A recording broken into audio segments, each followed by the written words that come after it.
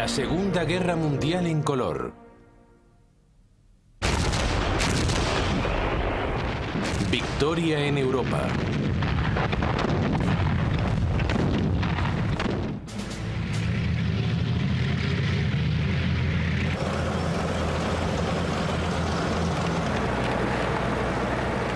En febrero de 1945, las fuerzas aliadas occidentales se encuentran reunidas cerca del Rin para emprender la ofensiva final contra Alemania.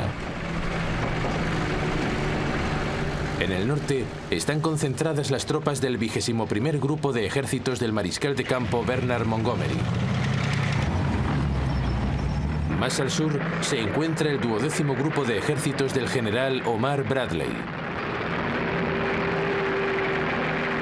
Incluye el Tercer Ejército de Estados Unidos, comandado por el general George Patton.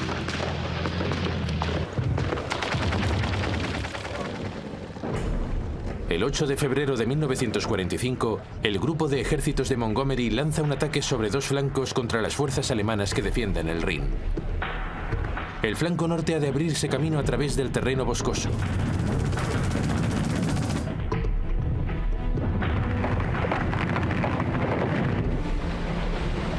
El flanco sur sufre un retraso cuando los alemanes sueltan agua de una serie de presas e inundan los alrededores. Transcurren más de 2 semanas hasta que ambos flancos coinciden en la orilla oeste del Rin. A principios de marzo de 1945, las fuerzas de Montgomery controlan unos 100 kilómetros de la orilla oeste del río. La siguiente tarea consiste en cruzarla.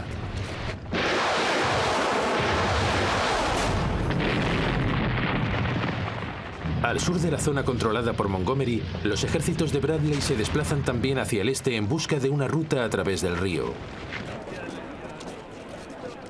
El 7 de marzo de 1945 llegan al Rin, a la altura de Colonia.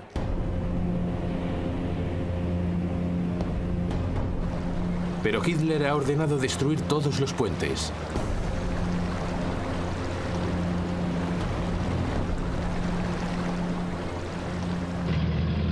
Al cabo de unos días, tropas norteamericanas que exploran el terreno más al sur descubren un puente todavía intacto cerca de la pequeña ciudad de Remagen. De inmediato se disponen a cruzarlo a pesar de la resistencia alemana.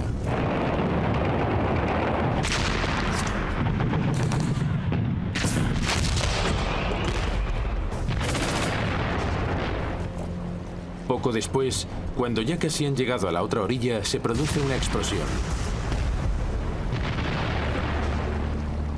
Pero de manera sorprendente, el puente se mantiene firme.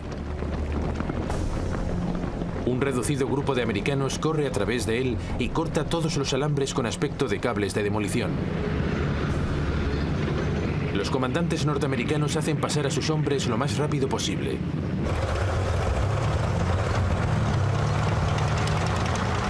Por fin los aliados penetran hacia el corazón de Alemania.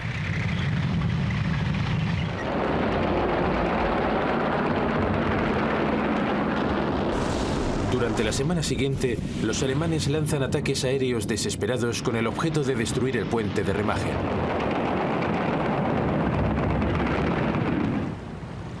Ninguno de ellos lo consigue.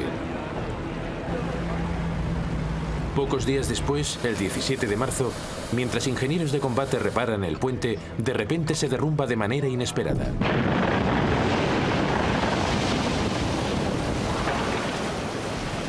$28 hombres encuentran la muerte. Los primeros aliados que han conseguido penetrar en Alemania han quedado bloqueados.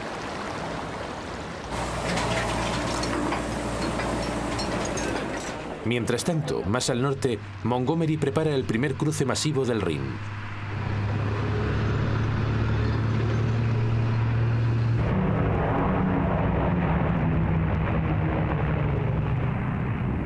El 23 de marzo de 1945, efectúa un bombardeo aéreo sobre las fuerzas alemanas que defienden la orilla este del río. Unos 200 bombarderos Lancaster de la Fuerza Aérea Británica arrasan casi por completo la ciudad de Wesel. A continuación, comandos británicos cruzan el río en vehículos anfibios Búfalo. Encuentran escasa oposición por parte de los aturdidos defensores alemanes. Otras divisiones los siguen.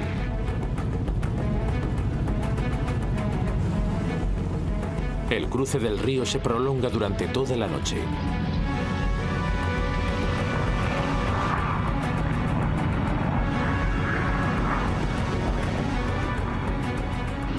Al día siguiente, en la principal operación aerotransportada de la guerra, 17.000 soldados de la 6ª División Aerotransportada Británica y de la 17ª de Estados Unidos son lanzados a tierra para ocupar posiciones clave al este del río.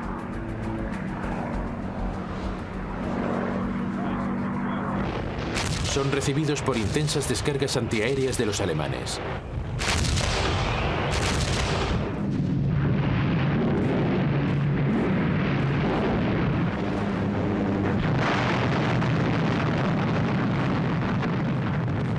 Más de la mitad de los planeadores son destruidos o seriamente dañados antes de aterrizar. Pero en unas horas, los paracaidistas se alinean con las fuerzas de tierra de Montgomery y la cabeza de puente aliada queda asegurada. Tendría que haber sido un momento de gloria para el combativo Montgomery, pero su gesta se ha visto eclipsada.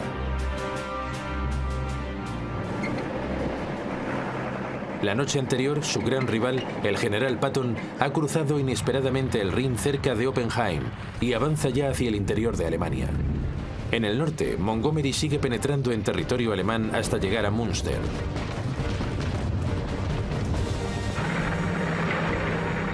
En el sur, las fuerzas de Bradley, incluyendo el tercer ejército de Patton, avanzan hacia el este en dirección a Marburgo y Lauterbach.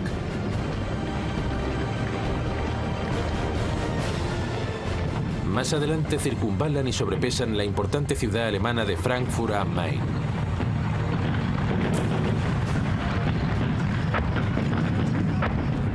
Tropas alemanas intransigentes se defienden con fervor.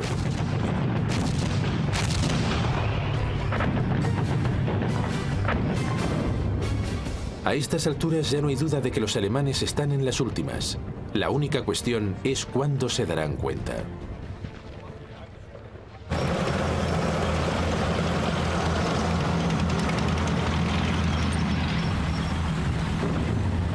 Cuando los aliados occidentales se abren camino en el oeste de Alemania, el Ejército Rojo de Stalin, que se encuentra en Polonia, prepara una gran ofensiva para penetrar la frontera este de Alemania. Las fuerzas de Hitler presentes en la zona están mal equipadas y escasamente preparadas para repeler un ataque. El 12 de enero de 1945 se inicia la ofensiva rusa con las habituales descargas de la artillería.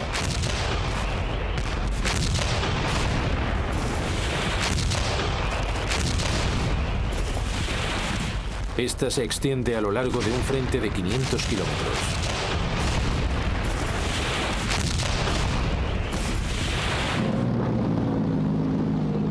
Una semana después, el Ejército Rojo se interna en las ruinas de la devastada Varsovia.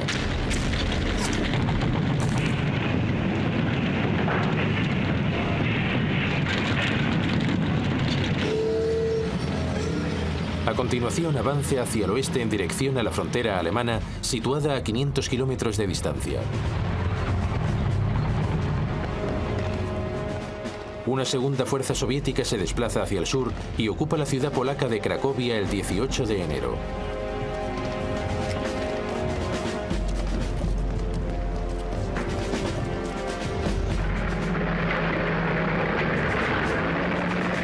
Las fuerzas soviéticas avanzan rápidamente hacia el oeste en un amplio frente que atraviesa Polonia, dejando tras ellas bolsas de resistencia alemana en ciudades como Poznan o Breslau.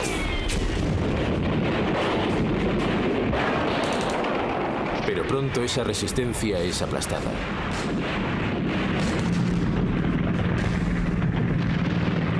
A finales de enero de 1945, las tropas soviéticas han cruzado la frontera alemana y han llegado hasta el río Oder.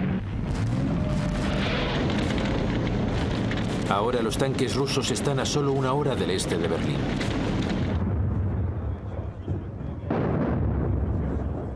Para el veterano comandante ruso Georgi Zhukov es sin duda un enorme triunfo.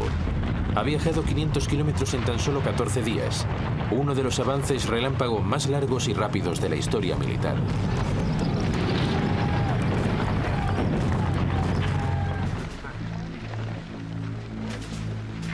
Las tropas de Zhukov se detienen para tomar aliento y hacer acopio de provisiones.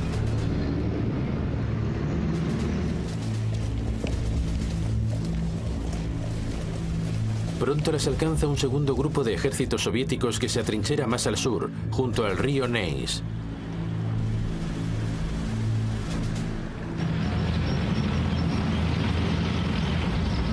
Mientras tanto, una tercera fuerza rusa acorrala lo que queda de los ejércitos alemanes en la Prusia Oriental, en el puerto báltico de Königsberg, la actual Kaliningrado.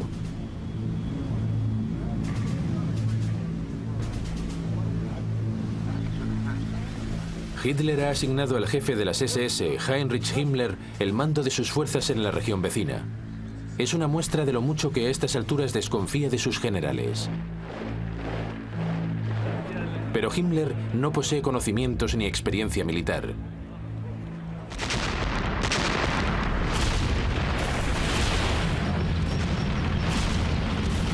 En el transcurso de febrero de 1945, las tropas dirigidas por Himmler son destrozadas por las fuerzas rusas que se abren paso hacia el oeste.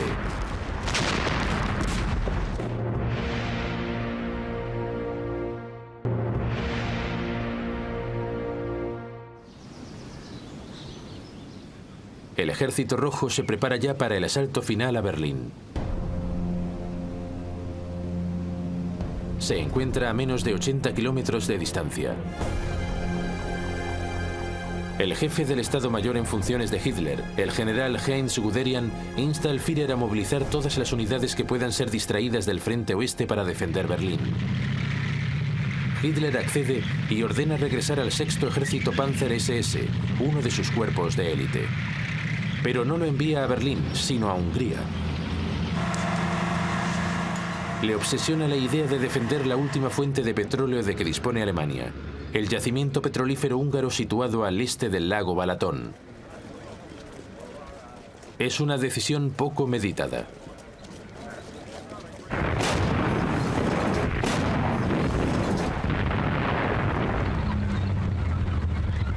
En Hungría, los Panzer son ampliamente superados en número por los tanques rusos.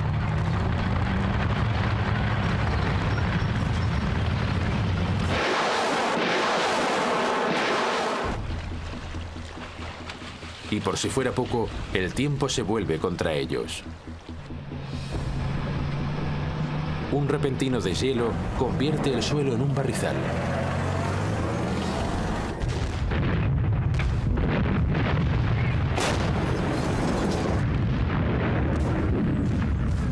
Durante unos días, los Panzers hacen lo imposible por retener el avance soviético.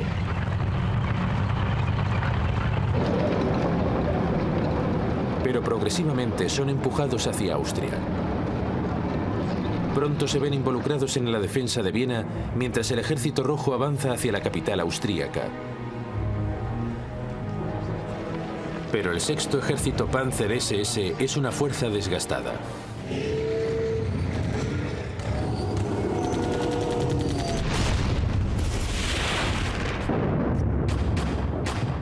El 10 de abril de 1945, el Ejército Rojo los reduce sin dificultad y ocupa la ciudad de Viena. Llegados a este punto, ahora la pregunta es ¿quién será el primero en llegar a Berlín? ¿Será el Ejército Rojo o los aliados occidentales? La carrera por Berlín ha pasado de ser un simple asunto militar a ser una cuestión política.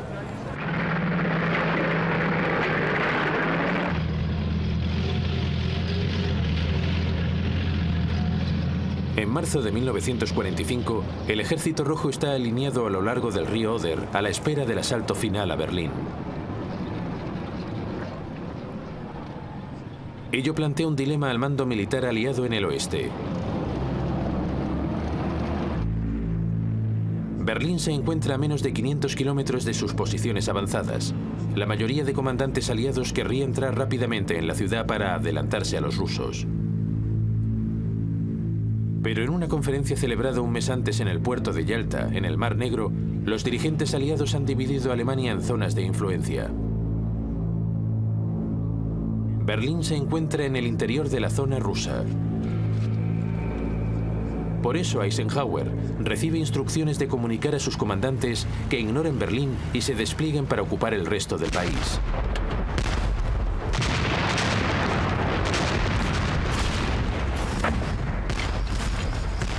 El 1 de abril de 1945, tropas norteamericanas rodean las ciudades industriales alemanas de la cuenca del Ruhr.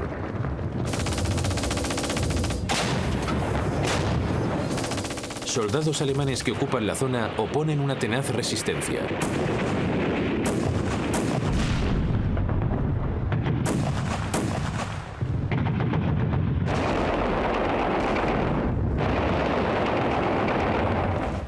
Cuando, 2 semanas más tarde, la zona cae por fin, más de 325.000 soldados son hechos prisioneros. Es una de las tomas de prisioneros alemanes más numerosas de toda la guerra. El comandante alemán, el mariscal de campo y acérrimo nazi Walter Model, se quita la vida.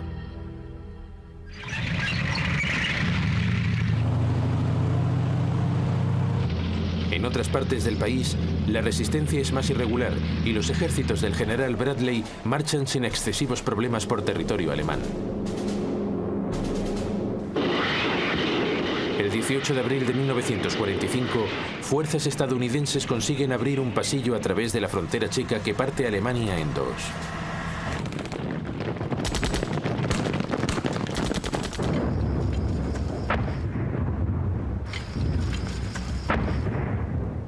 Mientras tanto, al norte del Ruhr, el primer ejército canadiense del general Montgomery pone en marcha la liberación de Holanda.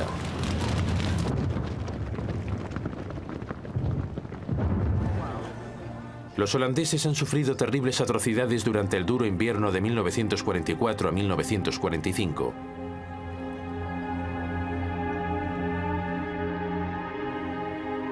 De manera deliberada, las fuerzas de ocupación alemanas se han llevado del país reservas de alimento y combustible para utilizarlas en otros lugares. Eso ha multiplicado las muertes por frío e inanición.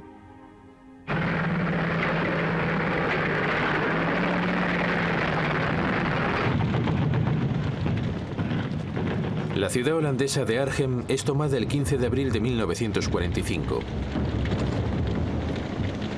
La progresión es rápida, y en los días siguientes los canadienses liberan la ciudad de Groningen, próxima a la costa norte de Holanda.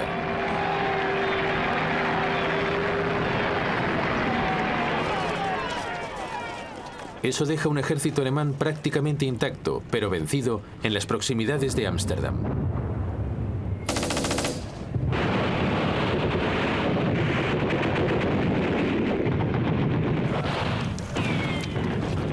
Poco después se negocia un alto el fuego.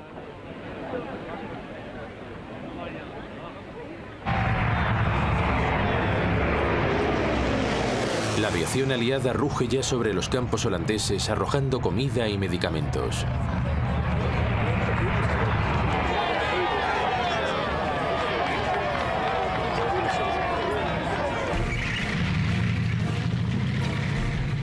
Al mismo tiempo, el segundo ejército británico, comandado también por Montgomery, avanza casi de lado a lado de la llanura de Alemania septentrional. Osnabrück cae el 4 de abril. Pronto los británicos llegan al puerto fluvial de Bremen. Los alemanes oponen una feroz resistencia.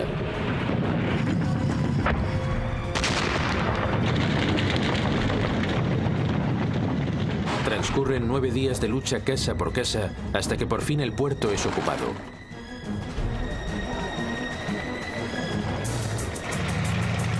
Dos días después, las fuerzas británicas de Montgomery alcanzan el río Elba a la altura de Lauenburg.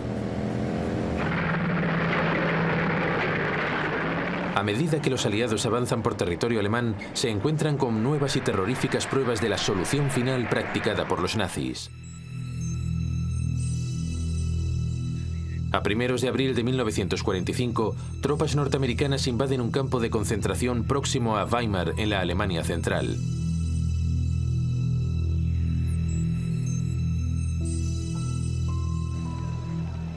Un general Eisenhower, visiblemente impactado, realiza una visita. Las SS han evacuado a la mayoría de prisioneros, pero tras ellos han dejado montañas de cadáveres.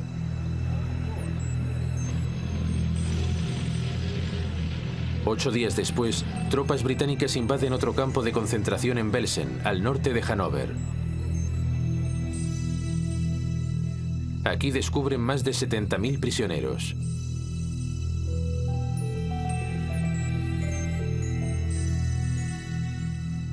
Miles de ellos ya han muerto. Los restantes están famélicos y gravemente enfermos.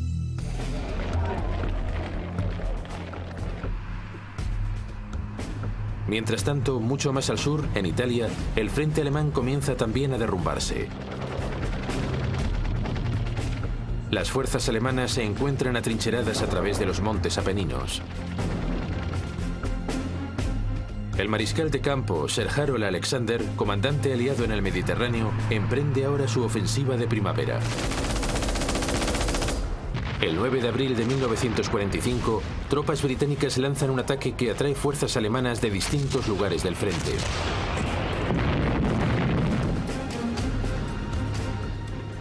Cinco días después, tropas norteamericanas avanzan a su vez y alcanzan rápidamente la orilla sur del río Po.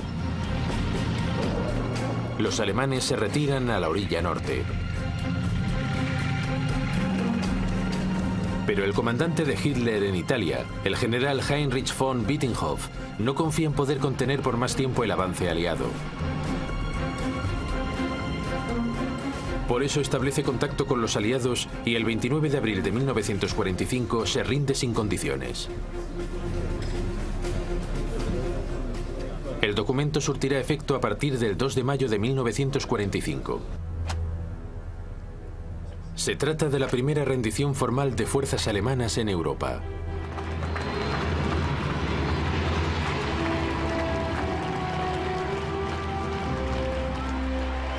El final de la guerra comienza a precipitarse.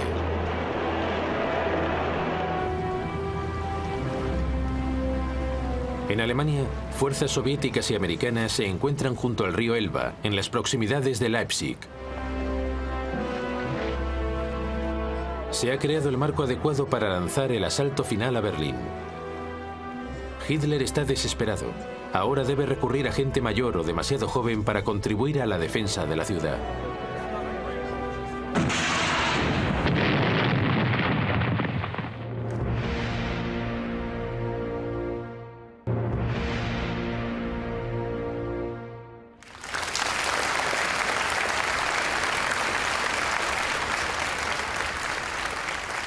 El 1 de abril de 1945, Joseph Stalin convoca a sus altos mandos en Moscú para impartirles instrucciones de cara a la toma de Berlín.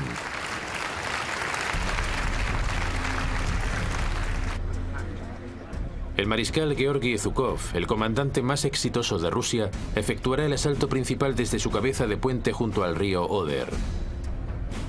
Un segundo grupo de ejércitos soviéticos, comandado por el mariscal Iván Konev, cruzará el río Neisse, más hacia el sur, y se adentrará en Alemania para aproximarse a su capital.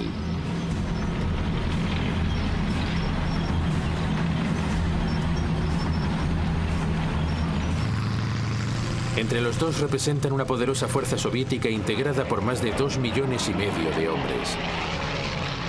Están equipados con 6.000 tanques y con cañones autopropulsados y disponen además de 40.000 cañones, morteros y lanzacohetes. Pero los alemanes no están dispuestos a ponérselo fácil.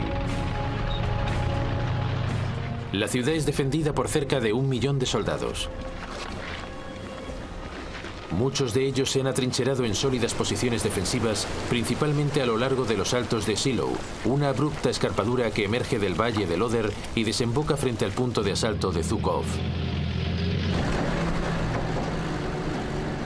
El grupo de defensores es una mezcla de veteranos de guerra, fanáticos de las SS y reclutas sin experiencia, algunos de tan solo 14 años, así como de miembros del Volkssturm o Ejército del Pueblo.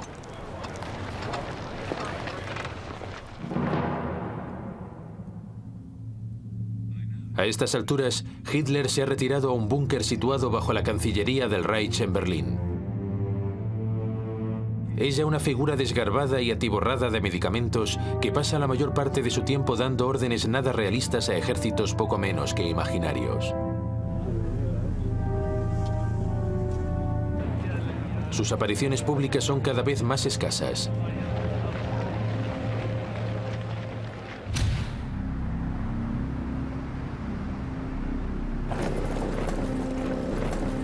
El 13 de abril de 1945, el presidente de Estados Unidos, Franklin Roosevelt, muere de un infarto. Ha sido uno de los arquitectos de la guerra, responsable de movilizar el poderío militar de América a favor de la ofensiva aliada. El ministro de propaganda, Joseph Goebbels, aprovecha el acontecimiento para intentar persuadir a su Führer, cada vez más ofuscado, de que la alianza aliada se vendrá abajo, de que aún es posible arrancar una victoria de las fauces de la derrota.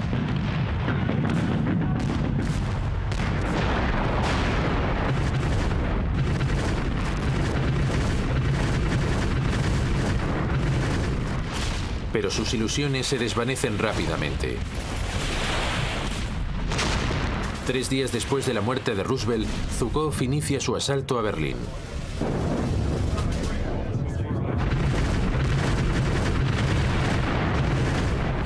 Posee un cañón por cada 4 metros de frente. Pero los defensores alemanes lo habían previsto y se retiran para evitar el bombardeo. Como resultado, cuando la infantería de Zhukov avanza, se encuentra inesperadamente con una durísima resistencia.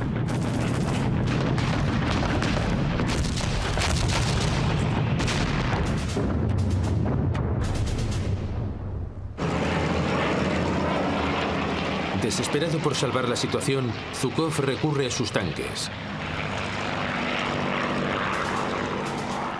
Pero también estos acaban siendo frenados.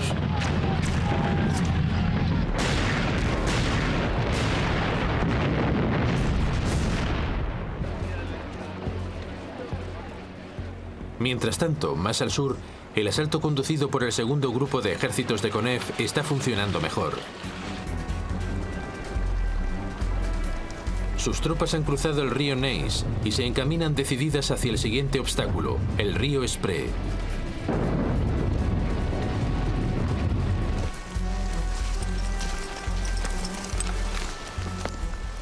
Stalin atiza la rivalidad entre sus dos comandantes, autorizando a Konev a desviar sus tanques hacia el norte en dirección a Berlín. Le satisface sobremanera esa carrera por capturar la ciudad.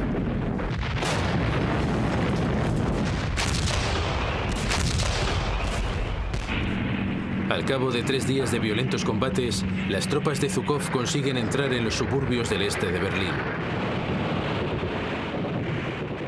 Al mismo tiempo, Konev se aproxima a la ciudad desde el sur.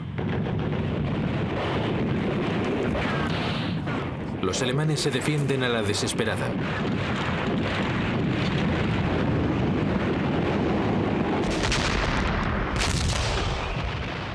Pero el 25 de abril de 1945, los ejércitos soviéticos se encuentran y el asalto final a Berlín se pone en marcha.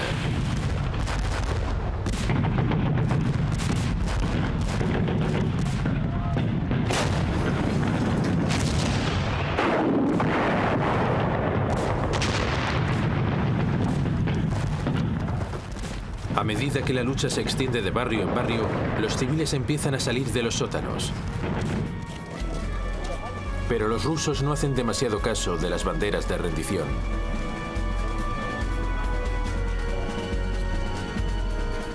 La violación de mujeres y chicas alemanas se generaliza.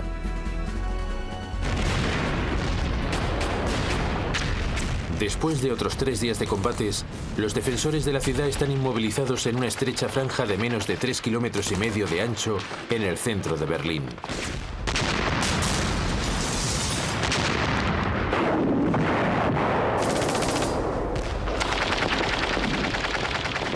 Se combate en cada calle y en cada casa.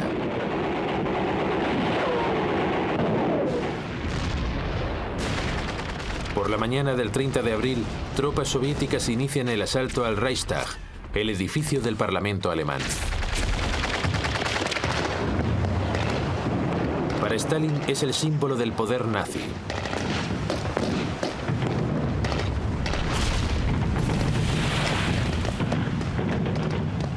Los asaltantes son frenados por un intenso fuego. Por eso vuelan el edificio a bocajarro con artillería pesada.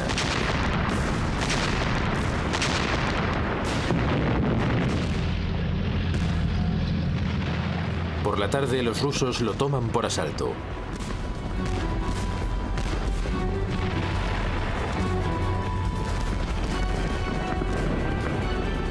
Los enfrentamientos transcurren de sala en sala, en los pasillos y arriba y abajo de las escaleras.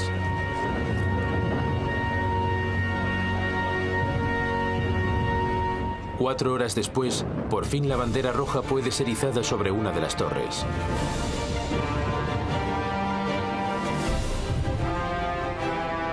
A la mañana siguiente, el 1 de mayo de 1945, el acontecimiento es recreado ante las cámaras.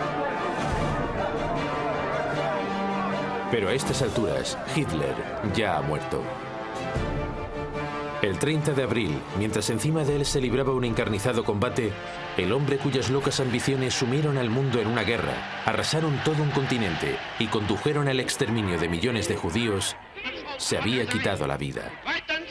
Sie wollten, Herr, kompromisslos die einzige Macht und alleinige Macht in Deutschland. Wir können glücklich sein zu wissen, dass diese Zukunft restlos uns... Su amante de tantos años, Eva Braun, con quien ha contraído matrimonio el día antes, ha muerto junto a él. Sus cuerpos parcialmente quemados son enterrados en el jardín de la Cancillería del Reich.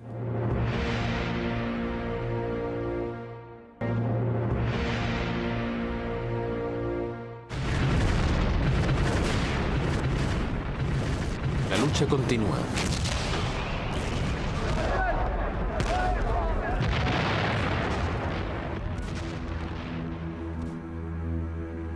Hitler ha confiado su sucesión al gran almirante Karl Dönitz, y en los próximos días el nuevo mando militar intentará atenuar en la medida de lo posible la catastrófica derrota de su nación.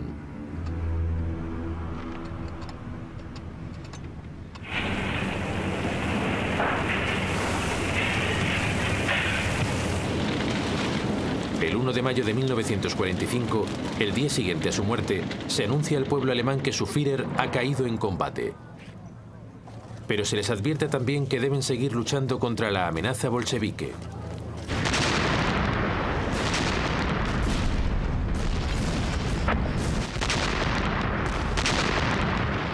Pero los dirigentes alemanes están hundidos. En Berlín, Joseph Goebbels y Martin Bormann intentan negociar un alto el fuego en toda la ciudad con los rusos. Pero el comandante soviético, el mariscal Zhukov, exige la rendición incondicional de todas las fuerzas alemanas donde quiera que estén. Es más de lo que Goebbels y Bormann están dispuestos a ceder. Los combates en Berlín continúan.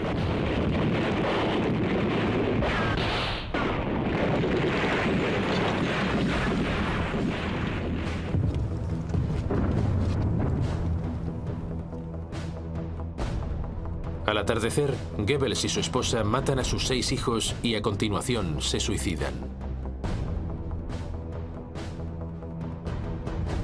Esa misma noche, Martin Bormann desaparece. Pasado el tiempo, en los años 90, una prueba de ADN confirmará que un cadáver hallado en Berlín era el suyo.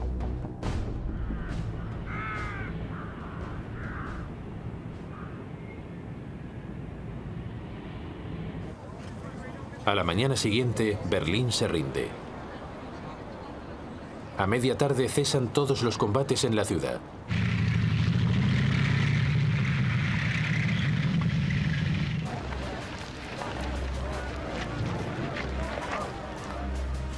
En todo el país, las rendiciones se suceden a marchas forzadas.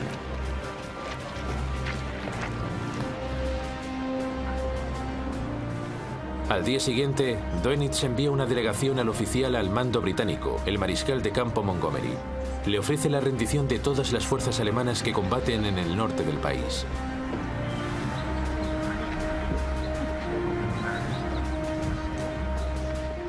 Montgomery responde diciendo que no posee autoridad para aceptar una rendición en nombre de los americanos o de los rusos. Únicamente puede aceptar la rendición de las tropas que combaten contra él. Dönitz no tiene más opción que aceptar los términos de Montgomery. Por eso deja a Alemania en situación de guerra en el resto del país.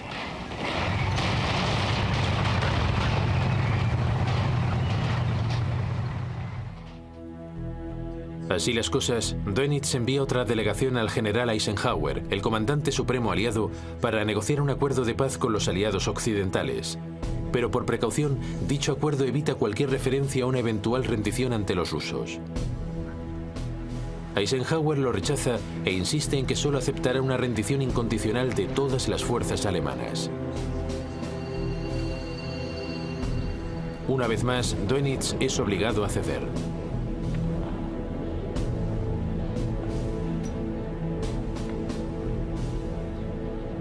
A las 2:41 de la mañana del 7 de mayo de 1945, en el cuartel general de Eisenhower en Francia, el general Adolf Jod, jefe de operaciones de Hitler durante los 6 años de guerra, firma un documento de rendición incondicional.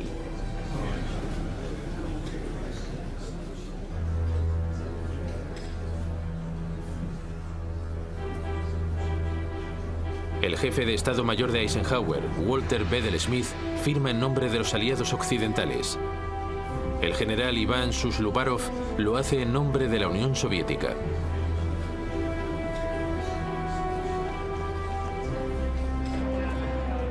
El único miembro del bando aliado que no se muestra satisfecho con el acuerdo es Stalin.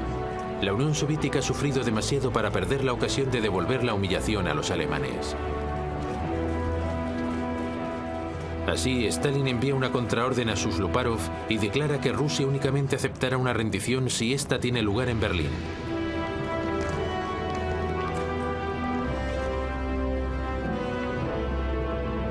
Eso significa que al día siguiente, el antiguo jefe de Estado Mayor de Hitler, el mariscal de campo Wilhelm Keitel, firma un segundo documento de rendición del agrado de Stalin.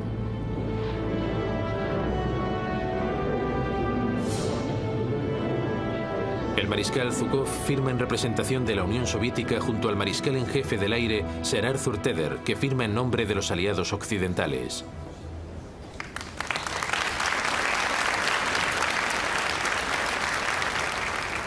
In January 1943, the late President Roosevelt and Premier Churchill met in Casablanca. There they pronounced the formula of unconditional surrender for the Axis powers. In Europe, that formula has now been fulfilled.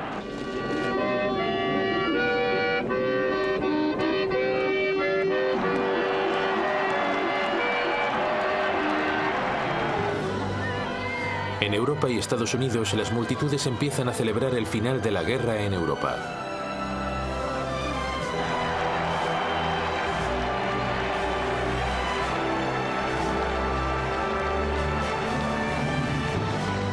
A partir de ahora, el día después de la rendición alemana, el 8 de mayo, se conocerá como el Día VE, el Día de la Victoria en Europa.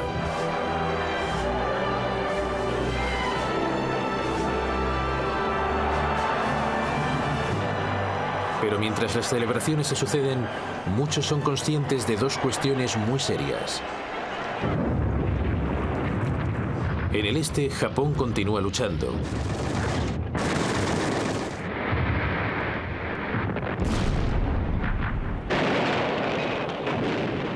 Y en Europa, el continente se encuentra en ruinas y hay un montón de problemas pendientes de solución.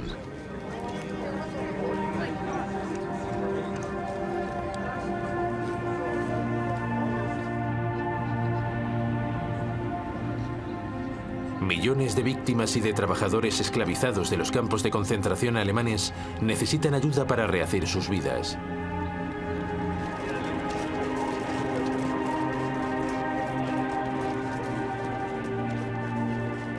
Millones de alemanes capturados en combate han de ser investigados antes de que se les permita regresar a casa, con el objeto de identificar y arrestar a criminales de guerra.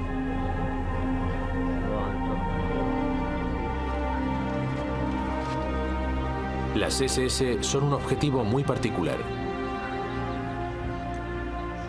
Han sido responsables de algunas de las peores atrocidades de la guerra.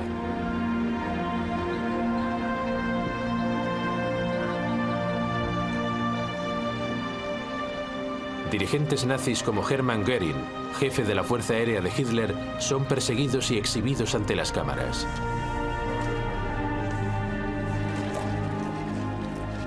Otros nazis relevantes son arrestados, incluidos líderes civiles como Albert Speer y dirigentes militares como Jodt y Dönitz.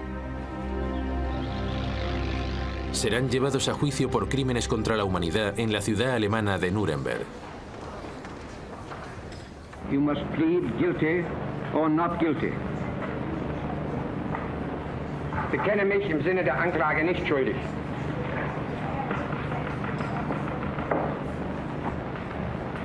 Rudolf Hess, you must plead guilty or not guilty. Nein. That will be entered as a plea of not guilty. Los dirigentes nazis reciben sentencias que van desde la pena de muerte a 10 años de reclusión. Göring se suicida antes de que pueda ser ahorcado.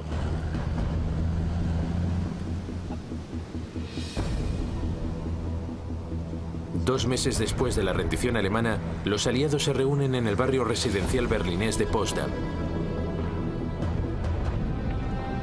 Alemania es dividida en 4 zonas de ocupación: soviética, británica, americana y francesa. Berlín, pese a encontrarse en plena zona soviética, es dividido entre los aliados según el mismo criterio. Los pueblos de Europa se verán igualmente divididos. En adelante, algunos vivirán bajo el control de los aliados occidentales, otros bajo el dominio de la Rusia comunista.